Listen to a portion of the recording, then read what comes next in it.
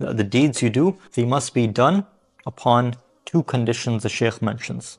Firstly, it must be done with ikhlas. It must be done sincerely and exclusively for Allah alone. Anyone who does a good deed while believing in honor other than Allah subhanahu wa ta'ala, or believing that Allah subhanahu wa ta'ala has children or partners, or he does it for the sake of Allah but also for the sake of people liking him or for some other personal motive, that's not acceptable.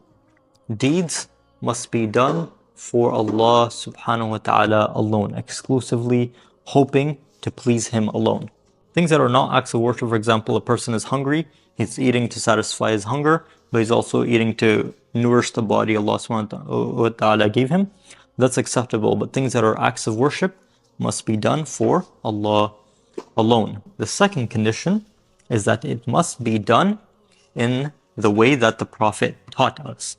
If someone does an act of worship in contradiction to what the Prophet brought, or in contradiction to what the Prophet taught, this will never be acceptable for him, no matter how much he tries.